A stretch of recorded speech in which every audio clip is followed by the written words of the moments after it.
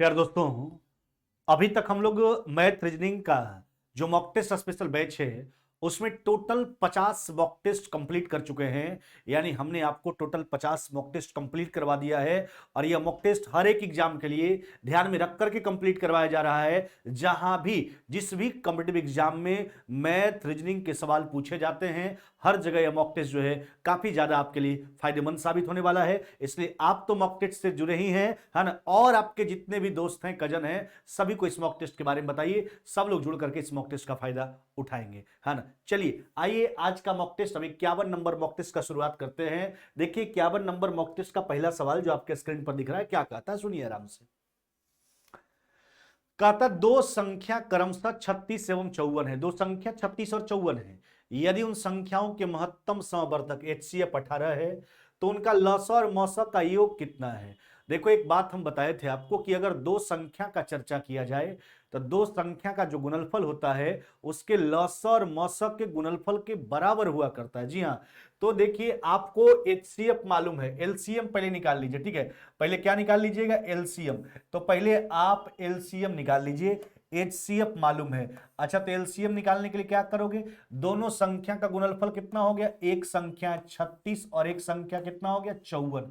दो संख्या का गुणनफल उसके लसा और मौसा के गुणनफल के बराबर हुआ करता है। तो ये जो दोनों संख्या का गुणनफल है यही उसके लसा और मौसा का भी गुणनफल है। इसमें मौसा से डिवाइड कर लेंगे, उसका लसा आ जाएगा, LCM आ जाएगा। जी हाँ, 54 गुना 2 कितना हो जाएगा 108। यही तो उन दोनों संख्याओं का LCM हो जाएगा।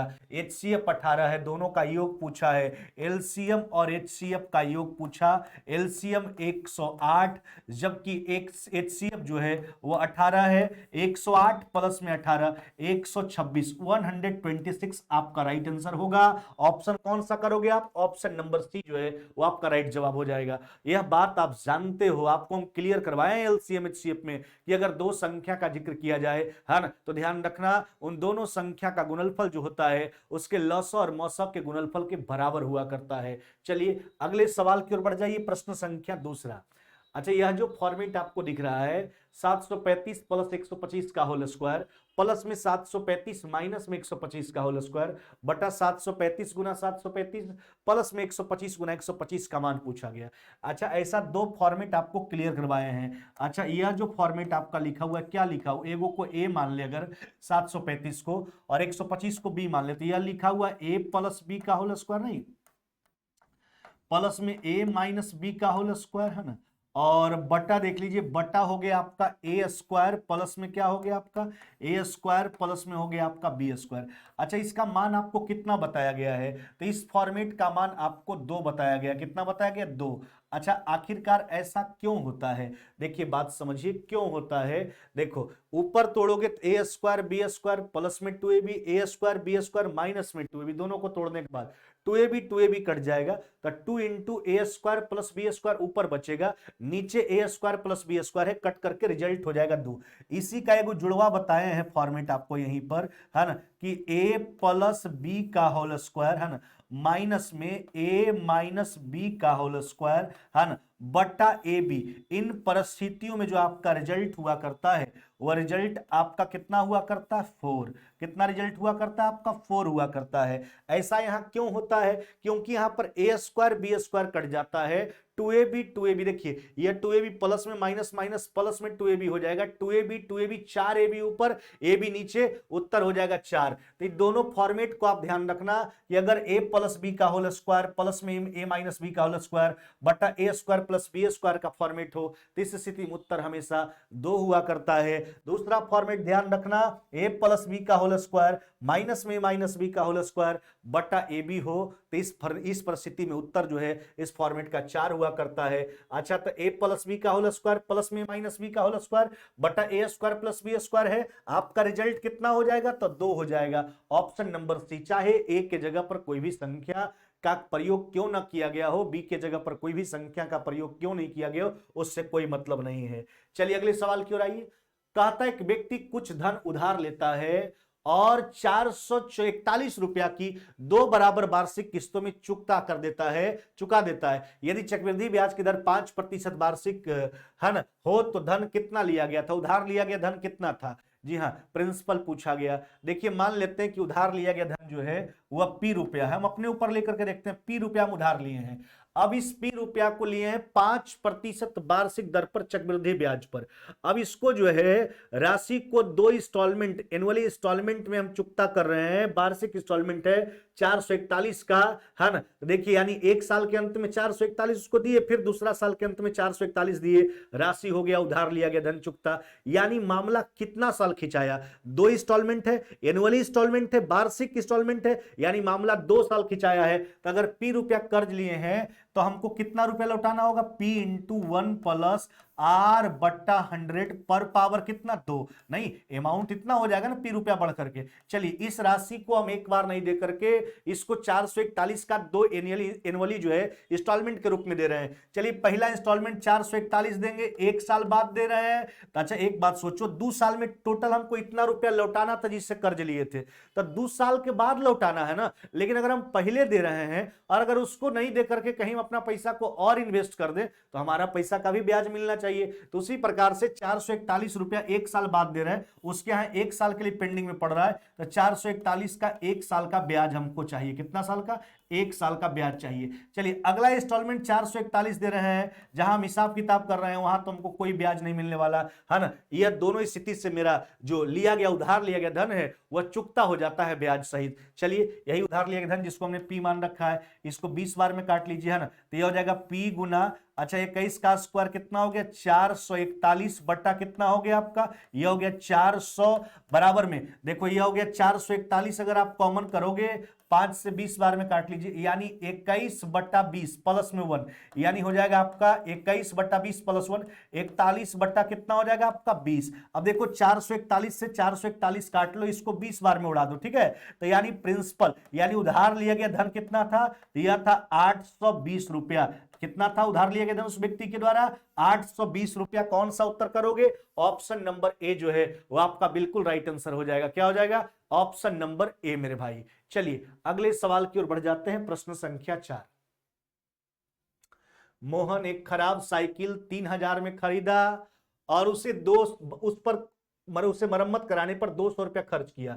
सोचिए 3000 में खरीदता, 200 रुपया मरम्मत पर खर्च कर दिया, यानी वास्तविक क्रय मूल्य 3000 प्लस में 200, 32 रुपया हो जा रहा है, 3200 रुपया हो जा रहा है। बाद में इसको 4000 में बेचता है, लाभ का प्रतिशत पूछा जाए। सोचिए वास्तविक क्रय मूल्य है 3200 रुपया, 4000 में बेचता है, यानी प्रॉफिट कितना का, 800 का। कहां से, 3200 से, जी हाँ। यानी 800 जो है 3200 का कितना प्रतिशत है देख लीजिए। चलिए 800 से 4 बार में, 4 से इसको काट लीजिए 25 बार में, यानी लाभ का प्रतिशत कितना हो गया, 25 नहीं, लाभ का प्रतिशत कितना हो गया 25, 25%। कौन सा उत्तर करोगे आप, ऑप्शन नंबर आपका बी हो जाएगा। क्या हो जाएगा, बी नंबर। चलिए अगले सवाल की ओर बढ़ जाइए, प्रश्न संख्या 5वां। देखिए रेक्रीन से संबंधित सवाल है और यहां पर जितना भी रेक्रीन का इस्तेमाल किया गया सब सिंपल रेक्रीन है। आपको हम बताए हैं रेक्रीन 2 प्रकार का होता है, एक सिंपल जिसको प्योर रेक्रीन भी कहा जाता है और दूसरा होता है आपका मिक्स रेक्रीन। देखो जब दशमलव के बाद सभी अंकों का पुनरावृत्ति होता है तो उसको सिंपल या प्योर रेक्रीन कहा जाता है, लेकिन अगर दशमलव के बाद कुछ का पुनरावृत्ति हो और कुछ का नहीं हो तो इसको मिक्स्ड रेक्रीन कहा जाता है। चलिए इसको तोड़ लीजिए, सब सिंपल रेक्रीन है। इसको तोड़ने के लिए दशमलव के पहले वाला को पूर्णांक में, दशमलव के बाद वाला को अंश में लिखेंगे, हर में उतना 9 का प्रयोग करेंगे जितना अंक पर रेक्रीन होगा, है ना, प्लस में। अब की बार दशमलव के पहले तो 0 छोड़ दीजिए, यह हो गया आपका 36 बट्टा कितना हो गया आपका 99, ध्यान दीजिएगा।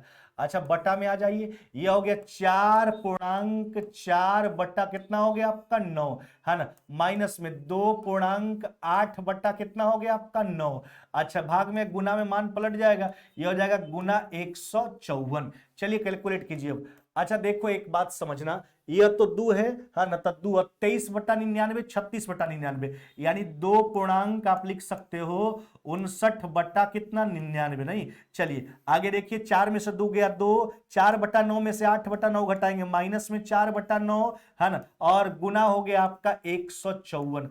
आगे देख लीजिए 99 गुना 2, 198 में जोड़ेंगे 59, यानी हो जाएगा 257, ध्यान दीजिएगा, बट्टा 99। यहां देखिए 18 में से 4 चला गया 14 और 9 को पलट लीजिए ऊपर और गुना हो गया आपका 154, ध्यान दीजिएगा। 9 से 11 बार में 14 अगर है 154, तो 257 आपका रिजल्ट हो जाएगा। कितना हो जाएगा? 257 आपका राइट आंसर होगा। ऑप्शन कौन सा करोगे आप? ऑप्शन नंबर ए जो है वो आपका बिल्कुल राइट आंसर हो जाएगा। क्या हो जाएगा? ऑप्शन नंबर ए मेरे भाई, ए नंबर। चलिए अगले सवाल की ओर आइए। एक कार 150 किलोमीटर की दूरी, आराम से बात को समझिए, एक कार 150 किलोमीटर की दूरी को 60 किलोमीटर प्रति घंटा की चाल से जाता है तथा 40 किलोमीटर प्रति घंटा की गति से लौट जाता है। डिस्टेंस कांस्टेंट है, जो दूरी को जा रहा है वही दूरी को वापस आ रहा है। हम आपको सिखाए हैं कि जब दूरी बराबर हो, चाल अलग अलग हो, औसत चाल 2x वाई बटा x प्लस वाई हुआ करता है। तो क्या हो जाएगा औसत चाल? तो 2x वाई, जहां x और y स्पीड है दोनों स्थिति का, 2x वाई बटा x प्लस वाई, यानी 60 और 40 कितना हो गया आपका? 100। यही तो है, काट के हटा लीजिए। 24 गुना 2 कितना हो जाएगा आपका? ये हो जाएगा 48 किलोमीटर प्रति घंटा। कितना? 48 किलोमीटर प्रति घंटा आपका राइट जवाब हो जाएगा। ऑप्शन नंबर क्या हो जाएगा आपका? B number. बी है जी हाँ, बी नंबर। जब डिस्टेंस कांस्टेंट हो, स्पीड अलग अलग हो, औसत चाल बराबर 2x वाई बटा एक्स प्लस वाई, जब टाइम कांस्टेंट हो, समय बराबर हो, चाल अलग अलग हो, औसत चाल x plus Y by 2 kilometre प्रति घंटा। अगले सवाल की ओर बढ़ते हैं। प्रश्न संख्या 7वां क्या कहता है, सुन लीजिए आराम से। कहता एक वर्गाकार कमरे का क्षेत्रफल a वर्ग सेंटीमीटर जिसकी भुजा की लंबाई 8 है। एक वर्गाकार कमरा का क्षेत्रफल ये है जिसका भुजा 8 जिसकी भुजा की लंबाई जो है 8 सेंटीमीटर है। तो क्षेत्रफल प्रश्न के हिसाब से अपने हिसाब से निकाल लीजिए। 8 का स्क्वायर कितना हो जाएगा आपका? यह हो जाएगा 64 वर्ग सेंटीमीटर। यह a का मान हो गया। अगला देखो, दूसरा वर्गाकार कमरा का बात किया। कमरा जो है वर्गाकार है, स्क्वायर के रूप में है, उसका क्षेत्रफल जो है, जिसको प्रश्न में 20 से डिनोट किया गया है, क्या कहता है? कहता उसके विकर्ण का लंबाई जो है 12 है। अब सोचो, अगर वर्ग का भुजा मालूम होता है, क्षेत्रफल क्या बताए? भुजा स्क्वायर, लेकिन अगर विकर्ण मालूम हो, डायगोनल मालूम हो, तो उस परिस्थिति में क्षेत्रफल क्या होता है? विकर्ण स्क्वायर बाई क्या हो जाएगा आपका? 2। यही तो है भाई, विकर्ण का लंबाई था 12, 144 बटा कितना हो जाएगा? 12। जी हाँ, तो यह हो जाएगा आपका कितना? 144 यानी 72 वर्ग सेंटीमीटर। कितना हो जाएगा आपका? 72 वर्ग सेंटीमीटर हो जाएगा आपका बी का मान। अब क्या कहता बी माइनस ए का मान बताइए। हाँ देखो, बी माइनस में ए आपसे पूछा, यह हो जाएगा 72 माइनस में 64, यानी आपका रिजल्ट हो जाएगा 8 वर्ग सेंटीमीटर। क्या हो जाएगा? 8 वर्ग सेंटीमीटर। कौन सा उत्तर हो जाएगा? ऑप्शन नंबर ए हो जाएगा। यही तो बी और ए के बीच का डिफरेंस है। चलिए अगले सवाल की ओर आ जाइए। कहता है त्रिभुज का आधार एक ऐसे वर्ग के परिमाप के बराबर जिसका विकर्ण जो है 7√2 सेंटीमीटर है। अच्छा, त्रिभुज का क्षेत्रफल लास्ट में पूछा। क्षेत्रफल तो 1/2 गुने आधार गुने ऊंचाई ही हुआ करता है। चलिए, चाहे त्रिभुज कोई भी क्यों ना हो, हाँ बेस के करस्पॉन्डिंग हाइट होना चाहिए। चलिए अच्छा, एक त्रिभुज का आधार एक ऐसे वर्ग के परिमाप के बराबर है जिसका विकर्ण 7√2 है। अच्छा, ये वर्ग का विकर्ण है, वर्ग का विकर्ण √2 गुने भुजा, √2 से डिवाइड करेंगे तो वर्ग का एक भुजा है, इसका परिमाप निकालने के लिए 4 से गुना कर लेंगे। चलिए, यह त्रिभुज का बेस निकल के आया जो वर्ग का परिमाप है। आगे सुनिए, और इस त्रिभुज का ऊंचाई एक ऐसे वर्ग के भुजा के बराबर जिसका क्षेत्रफल 169 है। सोचो, एक ऐसा वर्ग है जिसका क्षेत्रफल 169 है, उसके भुजा के लंबाई के बराबर त्रिभुज का ऊंचाई है। तो भुजा का लंबाई, क्षेत्रफल भुजा स्क्वायर, स्क्वायर रूट निकाल लेंगे, उसका भुजा का लंबाई निकल के आ जाएगा। चलिए देखिए, √2 से √2 काट करके हटा लीजिए, ठीक है। अब देखिए 2 से इसको काट करके हटा लीजिए। अब देख लीजिए, 7 गुना 2 14 और 169 का 13, 14 गुना 13 140 और 42 कितना हो जाएगा आपका? यह हो जाएगा 182, 182 वर्ग सेंटीमीटर। 182 वर्ग सेंटीमीटर आपका राइट जवाब हो जाएगा। यही तो त्रिभुज का क्षेत्रफल है, 182 वर्ग सेंटीमीटर मेरे भाई। कितना? 182। हाँ आगे आइए अगले सवाल की ओर। क्या कहता है सुनो, राधा मीना को 1000 रुपया, समझिए बात को, राधा मीना को 1000, श्वेता को कुछ राशि समान समय के लिए 5% की दर पर उधार देता है। यदि 3 वर्ष में बाद जो है कुल ब्याज के रूप में दोनों से राधा मीना को, राधा जो ब्याज देती है, ब्याज पर राशि जो देती है मीना को, श्वेता को, उससे 3 वर्ष में जो है 220 रुपया ब्याज मिलता है। उसने श्वेता को कितनी राशि उधार दी है? अब एक देखिए ना, पहले दोनों मिला करके टोटल ब्याज कितना मिलता है, तो टोटल ब्याज मिलता है 220, नहीं 220। इसमें देखिए मीना का प्रिंसिपल क्लियर है, मीना को कितना देती है 1000, रेट है 5%, 3 साल में 15% मीना से ब्याज मिलेगा प्रिंसिपल का। चलिए तो 150 रुपया मीना ब्याज दी, तो बाद बाकी देखिए 220 में से 150 घटा लीजिए, यानी बाद बाकी 70 रुपया जो प्राप्त हुआ वह किसका ब्याज है? श्वेता को दिए गए राशि से प्राप्त ब्याज है। चलिए यानी 70 रुपया श्वेता से ब्याज प्राप्त होता है। कितना? 70 रुपया, जी हाँ, 5% की दर से 3 साल में प्रिंसिपल निकल जाएगा श्वेता का, है ना। चलिए इसको काट करके हटा लीजिए, 5 से काट लीजिए, कितना बार में? 20 बार में, 1400/3 कितना हो जाएगा? तो ये हो जाएगा 4, यानी 466.66 रुपया, जी हाँ। यानी श्वेता को दिया गया उधार के रूप में राशि कितना है ना, तो 466 रुपया, है ना, 66 पैसा अप्रोक्स में, जी हाँ। ऑप्शन नंबर ए आपका राइट जवाब हो जाएगा। चलिए आगे आ जाइए, प्रश्न संख्या 10 पे आ जाओ। देखो 10 नंबर सवाल कहता है एक्स जो है वह 5 दिन में 1/3 काम करता है। सोचना, एक्स जो है 5 दिन में 1/3, तब पूरा के लिए कितना समय लेगा एक्स, यानी पूरे काम की समाप्ति के लिए एक्स जो समय लेगा वह कितना दिन का लेगा? 15 दिन का। बाई जो है 25% काम 8 दिन में, 25% का मतलब क्या होता है? 1/4। 1/4 काम 8 दिन में, जी हाँ, 8 दिन में, यहाँ पे 3 से कोई मतलब नहीं है, ऐसा ही है। चलिए मिस्टेक है। हाँ, बाई 25% काम, यानी 1/4 काम 8 दिन में, तो पूरा के लिए 4 गुना समय लेगा, यानी 32 दिन का समय लेगा बाई पूरे काम को समाप्त करने में अकेले। आगे सोचिए, और जेड 2/3 काम 8 दिन में। अच्छा, 2/3 काम 8 दिन में पूरा के लिए ज्यादा समय लेगा, 3/2 से गुना कर लीजिए, यानी जेड पूरे काम की समाप्ति में 12 दिन का समय लेगा। सबका पर्सनल टाइम निकल करके आ गया। क्या पूछता है बताइए, कौन सबसे पहले काम पूरा करेगा? एक्स इस काम को पूरा करने में 15 दिन, बाई 32 दिन, जेड 12 दिन, यानी सबसे पहले काम पूरा करने वाला व्यक्ति कौन होगा, है ना, तो जेड होगा। सबसे विलंब से कौन काम समाप्त करेगा, तो बाई उत्तर होगा उस परिस्थिति में, है ना। चलिए आगे आ जाइए, 50% अल्कोहल वाले 60 मिलीलीटर मिश्रण में, यानी देखिए पहले अल्कोहल का प्रतिशत कितना था? 50। अब क्या कहता है, कितना पानी मिला है? पानी मिला रहे हैं तो उसमें अल्कोहल हो गया 0, ताकि मिश्रण में अल्कोहल कितना हो जाए? 30। यही तो है ना, रेशियो निकाल लीजिए। 30 में से 0 चला गया, कितना हो जाएगा? 30। 50 में से 30 चला गया, यह कितना हो गया आपका? 20। यानी कहने का मतलब 3:2 का रेशियो प्रारंभिक मिश्रण और बाद में जो पानी मिलाया जा रहा है उसके बीच का। अच्छा, प्रारंभिक मिश्रण कितना मिलीलीटर का था? 60 मिलीलीटर का था, जो यूनिट के तौर पर 3 यूनिट का मान है। आपसे कहता क्या है, कितना पानी मिलाया जाए बाद में? जी हाँ, तो 2 यूनिट का मान आपको बताना है। यहां से 20 बार में 20 गुना 2 कितना हो जाएगा आपका? ये 40 मिलीलीटर आपका आंसर हो जाएगा। कितना? 40। जी हाँ, 40 मिलीलीटर आपका उत्तर हो जाएगा। ऑप्शन नंबर बी जो है वो आपका राइट जवाब हो जाएगा। चलिए अगले सवाल की ओर आइए, प्रश्न संख्या 12। एक वृत्त की परिधि, अच्छा एक बात बताओ, वृत्त की परिधि को क्या लिखोगे आप? 2πr या πd लिख सकते हो, है ना। और व्यास का अंतर, चलिए वृत्त का परिधि यानी πd, जी हाँ, 22/60 डायमीटर ही निकालना है, तो डायमीटर को d मान लेते हैं। वृत्त का परिधि और व्यास, इसके बीच का अंतर जो है कितना है आपका? 105 का है। अब यहां से d कॉमन कर लीजिए, ध्यान दीजिएगा। अच्छा देखिए, 22/7 में से 1 घटाइए, यानी हो जाएगा 15 बटा कितना हो जाएगा आपका? 7, बराबर में कितना? 105, है ना। चलिए 15 से काट लीजिए 7 बार में, यानी डायमीटर सत्य कितना हो जाएगा आपका? 49, 49, यानी 49 सेंटीमीटर आपका राइट जवाब हो जाएगा। यही तो उस वृत्त का, है ना, व्यास है, डायमीटर है। ऑप्शन हो जाएगा आपका ऑप्शन नंबर बी।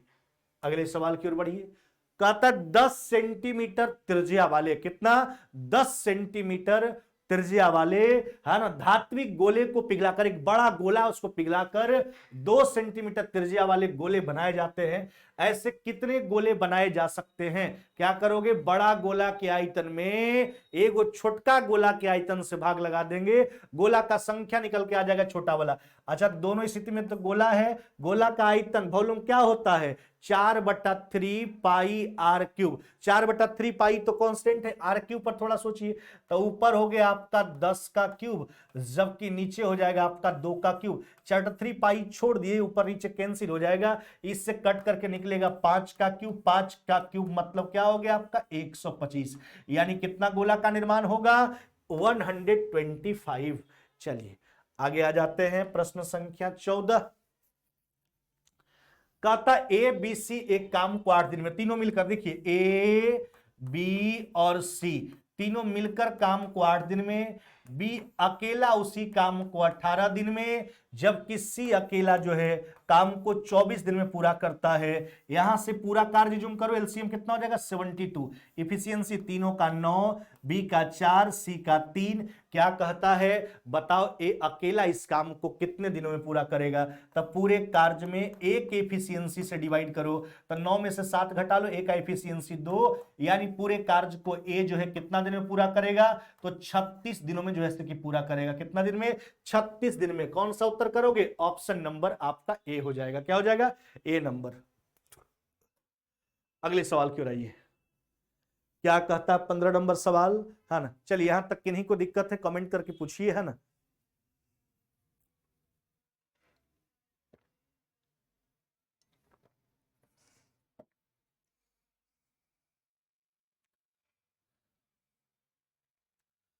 साठ मीटर लंबे प्लेटफॉर्म पर, आराम से बात को समझिए, 60 मीटर लंबे प्लेटफॉर्म पर एक व्यक्ति खड़ा है। एक ट्रेन व्यक्ति को 4 सेकंड में और उस प्लेटफॉर्म को 6 सेकंड में पार करता है। देखो, व्यक्ति को पार करेगा तो खुद की लंबाई को पार करेगा, तो खुद की लंबाई 4 सेकंड में, जबकि खुद का प्लस में 60, 6 सेकंड।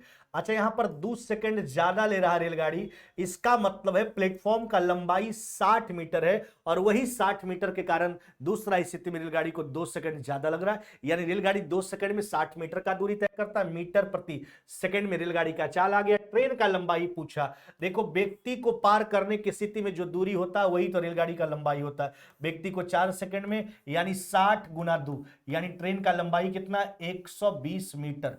120 मीटर, जी हाँ, ऑप्शन हो जाएगा आपका ऑप्शन नंबर सी। बहुत आसान सा सवाल था। 16 नंबर आइए, कहता प्रथम 20 विषम प्राकृतिक संख्या, एक बात सोचो, प्रथम 20 विषम प्राकृतिक संख्या का बात किया गया। अच्छा, पहला विषम प्राकृतिक संख्या क्या? 1, फिर क्या 3, फिर क्या 5। अच्छा, 20 को विषम प्राकृतिक संख्या चाहिए, कहां तक जाना होगा? दुगना तक। दुगना प्राकृतिक संख्या 40 तक जाना होगा, तब 20 को विषम संख्या मिलेगा। लेकिन 40 सम संख्या, ब्रेक आपको लगाना होगा 39 तक। जी हां, इसी का तो औसत बताना है, इसी का औसत बताना है। अच्छा, अंतर समान है, विषम संख्या का बात किया है, अंतर समान होता है तो औसत क्या सिखाया आपको? बस याद रखना, पहला पद और जोड़ अंतिम पद बटा 2, यही तो औसत निकालने का तरकीब है जब अंतर समान होता है तो यहां देखिए 40/2, यानी औसत कितना हो जाएगा? इसका औसत हो जाएगा आपका 20। क्या हो जाएगा? 20। यह राइट जवाब है आपका, ऑप्शन नंबर हो जाएगा आपका बी। चलिए 17 नंबर सवाल पे आ जाओ। कहता एक धन पर जो है, आराम से बात को समझिए, 2 वर्षों के चक्रवृद्धि ब्याज, साधारण ब्याज, एक तरफ साधारण ब्याज को लिखो, एक तरफ चक्रवृद्धि ब्याज को लिखो, एक तरफ सिंपल इंटरेस्ट, एक तरफ कंपाउंड इंटरेस्ट। 2 साल का साधारण ब्याज 400 है, साधारण ब्याज हर वर्ष का बराबर होता है, यानी पहला साल भी 200, अगला साल भी 200, तब 2 साल का मिलाकर के 400। अब देखिए, पहला साल जितना साधारण ब्याज होता है उतना ही चक्रवृद्धि ब्याज भी हुआ करता है। 200 साधारण ब्याज है तो 200 चक्रवृद्धि ब्याज भी होगा। अच्छा, 2 साल मिलाकर के चक्रवृद्धि ब्याज 420, यानी अगला साल कितना? 220। अच्छा, पहला साल के अपेक्षा चक्रवृद्धि ब्याज कितना बढ़ रहा है? तो बढ़ रहा है 20 रुपया। कितना बढ़ रहा है? 20 रुपया। क्यों बढ़ा? क्योंकि चक्रवृद्धि ब्याज, ब्याज का कैसा प्रक्रिया जो ब्याज पर ब्याज जोड़ता है, यानी 20 रुपया ब्याज है। किसका ब्याज है? 200 का है, एक साल में है। हाँ, 10 बार में 10 से इधर उड़ा दीजिए, यानी रेट ऑफ इंटरेस्ट क्या निकल के आ जाएगा आपका? 10%। क्या? 10%। कौन सा उत्तर करोगे? ऑप्शन नंबर सी आपका राइट जवाब हो जाएगा। चलिए आगे बढ़ते हैं। प्रश्न संख्या 18 कहता है एक दुकानदार है, जी हाँ, जो अपने सामान का 1/3 भाग, अब ऐसा करो ना, उसके पूरे सामान का क्रय मूल्य मान लेते हैं कि 300 रुपया का सामान था उसके पास, ताकि कैलकुलेशन करने में हमको आसान हो जाए। चलिए इसका 1/3 कितना हो जाएगा 100, यानी 100 रुपया के सामान को 10% लाभ पर बेचता, कितना बेचा 110 में। हाँ अगले 1/3 सामान, फिर देखिए 1/3 फिर 100 रुपया के सामान को, है ना, 20% लाभ पर बेचा, यानी कितना बेचा 120 में, कितना में 120 में। शेष भाग यानी फिर 100 रुपया के सामान को, यही 100 रुपया का सामान बचा, इसको 6% हानि पर यानी 94 में बेचता, कितना में 94 में। अब हमसे क्या कहता है, कहता है उसका कुल लाभ प्रतिशत बताइए। देखिए टोटल कितना सेलिंग प्राइस उसको मिला है, अब देख लो आप, है ना।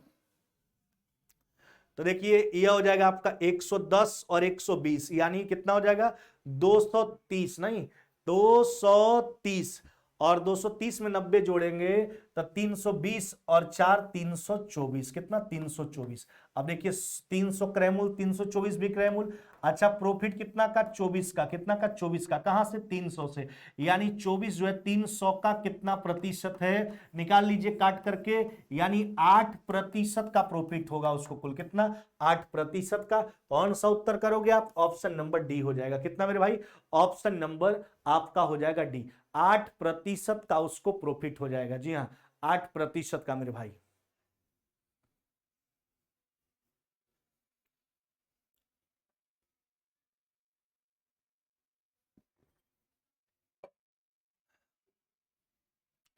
आइए अगला सवाल 19 नंबर पे आओ। कहता एबीसी अकेले अकेले, देखो ए किसी काम को जो है 20 दिन में, बी 30 दिन में, और सी जो है वह 60 दिनों में पूरा करता है। यहां से पूरा कार्य जुम कर लीजिए, कितना हो जाएगा एलसीएम 60, इफिशियंसी हो जाएगा 3 2, कितना हो गया 1। अब क्या कहता है सुनिए, किंतु प्रत्येक तीसरा दिन बी और सी की सहायता से कार्य करता है। ए अकेला कार्य प्रारंभ करता है, किंतु प्रत्येक तीसरा दिन बी और सी उसकी सहायता करता है। अब सिंपल सा बात है, देखिए ना, कहने का मतलब है कि 2 दिन ए अकेले करता है, तीसरा दिन उसका सहायता करता है बी और सी। अच्छा 2 दिन अकेले किया, कितना किया 3 दूना कितना किया 6, तीसरा दिन बी और सी भी आ गया, तब फिर 6, तब 6 और 6 कितना 12 है, 3 दिन का काम है ना। चलिए 3 दिन के काम से उन्होंने भाग लगाया, समय 3 दिन के रूप में 3 से गुना कर लीजिए, यानी संपूर्ण कार्य की समाप्ति में जो समय लगने वाला है वह समय कितना दिन का होगा 15 दिन का, कितना दिन का 15 दिन का। कौन सा उत्तर करोगे, ऑप्शन नंबर ए आपका राइट जवाब हो जाएगा, क्या हो जाएगा ए नंबर। यह समानांतर श्रेणी है 3 5 7 डॉट डॉट डॉट का 50वां पद पूछा जा रहा है। हर चलिए अच्छा आप एपी में जानते होंगे यनमा पद को कैसे लिखते हैं, टी एन बराबर ए प्लस एन माइनस 1 इंटू क्या होता है आपका डी। 50वां पद आपसे पूछा गया, पहला पद कितना है 3, अच्छा 50 में से गया कितना हो गया 49, कॉमन डिफरेंस कितना का 2 का, 98 प्लस में 3 कितना हो जाएगा आपका 101, यानी इस श्रेणी का 50वां पद जो होगा वह कितना हो जाएगा 101 हो जाएगा, कितना हो जाएगा 101 हो जाएगा। जी हाँ चलिए अब चलते रीजनिंग के सवालों की ओर। क्या कहता है सुनिए, 21 नंबर सवाल डायरेक्शन सेंस का सवाल है। शिखा 5 किलोमीटर पूर्व की ओर चली, ध्यान दीजिएगा। अच्छा शिखा जो है वह 5 किलोमीटर पूर्व की ओर चली, किधर चली 5 किलोमीटर पूर्व की ओर चली। अच्छा फिर दाएं मुड़कर 3 किलोमीटर चली, अच्छा दाएं इधर चलिए, दाएं मुड़कर कितना चली 3 किलोमीटर, हाँ ध्यान दीजिएगा, दाएं मुड़कर 3 किलोमीटर चली, है ना। फिर वह बाएं मुड़कर 4 किलोमीटर चली, देखिए इधर कैसी थी, बाएं मुड़कर कितना चली 4 किलोमीटर, बाएं मुड़कर 4 किलोमीटर चली, समझिएगा बात को। अंत में वह बाएं मुड़ी और 3 किलोमीटर चली, अंत में वह बाएं मुड़ी और, यही है ना, बाएं मुड़ी और कितना चली 3 किलोमीटर चली, यही है। कहता है शुरुआती बिंदु के संदर्भ में शिखा किस दिशा में है, यही तो है शिखा का स्थिति। अब देखिए शुरुआती बिंदु यह था, शुरुआती बिंदु से शिखा पूर्व दिशा में है, किस दिशा में है पूर्व दिशा में है। आराम से बात को समझिए, देखिए शिखा 5 किलोमीटर पूर्व की ओर, फिर दाएं मुड़ी 3 किलोमीटर, और फिर बाएं तो बायां उधर 4 किलोमीटर, फिर अंत में बाएं मुड़कर 3 किलोमीटर, यानी प्रारंभिक रेखा पर ही आ जाती है पूर्व दिशा की ओर। धान्या मनीषा से बड़ी, समझिए बात को, धान्या जो है मनीषा से बड़ी परंतु अस्मिता से छोटी। हाँ, करुणा, करुणा रम्या और मनीषा से छोटी, रम्या और मनीषा दोनों से छोटी, किंतु मनीषा रम्या से बड़ी। चलिए रम्या यहां हो जाएगा। इन सभी में किसकी आयु सभी के ठीक मध्य में है, सबके बीच में मनीषा है। कौन है? मनीषा। ऑप्शन नंबर हो जाएगा बी, सबके मध्य में कौन है? मनीषा। आगे आ जाइए, प्रश्न संख्या 23। कहता MUSSORI का सर्वाधिक उपयुक्त कोड कौन होगा? यहां पर कोई नियम, कोई शर्त नहीं है, तो सिंपल सा बात है, SSO है। अब ऐसा ऑप्शन ढूंढेंगे जिसमें एस के लिए बराबर कोड का प्रयोग किया गया हो, ओ के लिए बराबर कोड का प्रयोग किया गया हो। चलिए यहां पर एस के लिए तो है, लेकिन ये तो होगा नहीं। अच्छा यहां पर देखो, एम के लिए 1, यू के लिए 5, एस के लिए 7, ओ के लिए 2, तो यह हो सकता है सर्वाधिक उपयुक्त कोड है ना। यहां देखिए एम और यू का बराबर कोड है, यह भी नहीं होगा, यह भी नहीं होगा। सर्वाधिक उपयुक्त कोड पूछा, ऑप्शन नंबर बी। चलिए आगे आ जाते हैं, प्रश्न संख्या 24। नीचे दी गई प्रश्न में अंकों की श्रृंखला में प्रश्नवाचक चिन्ह के स्थान पर जो है कौन सी संख्या होगी? अच्छा पहले क्या किया, पहले देखिए दुगना करके 1 जोड़ा नहीं, अच्छा अब की बार दुगना करके 2 जोड़ा, अब की बार दुगना करके 3 जोड़ा, अब की बार दुगना करके 4 जोड़ेंगे, ठीक है। 67 गुना 2 134 प्लस में 4 138 आपका राइट जवाब हो जाएगा। जी हाँ, 138 आपका राइट जवाब हो जाएगा। चलिए अगले सवाल की ओर आइए, यह आपका आखिरी सवाल है। क्या कहता है सुन लीजिए, कहता बस डिपो से, यानी जहां से बस खुलता है, बस डिपो से प्रति 30 मिनट में मेरठ के लिए बस छूटती है, यानी खुलता हर 30-30 मिनट पर। पूछताछ लिपिक ने यात्री से कहा है ना कि मेरठ के लिए बस जो है, यानी यात्री पूछताछ काउंटर पे गया और पूछा मेरठ के लिए, तो बोला लिपिक कि बस मेरठ के लिए जो है 10 मिनट पहले छूट चुकी है, यानी 10 मिनट पहले जा चुकी है, अगली बस 10:30 पर निकलेगी। सोचिए अगला बस जो है 10:30 पर जाएगी, उसके हिसाब से हर 30 मिनट में, यानी पिछला बस कितना में गया होगा? 10 बजे गया होगा। कितना बजे गया होगा? 10 बजे गया होगा। और वह जिस समय पूछ रही थी तो वो बोल रहा था 10 मिनट पहले छुट्टी है, यानी उसके पूछने का समय क्या था? 10:10। क्या था?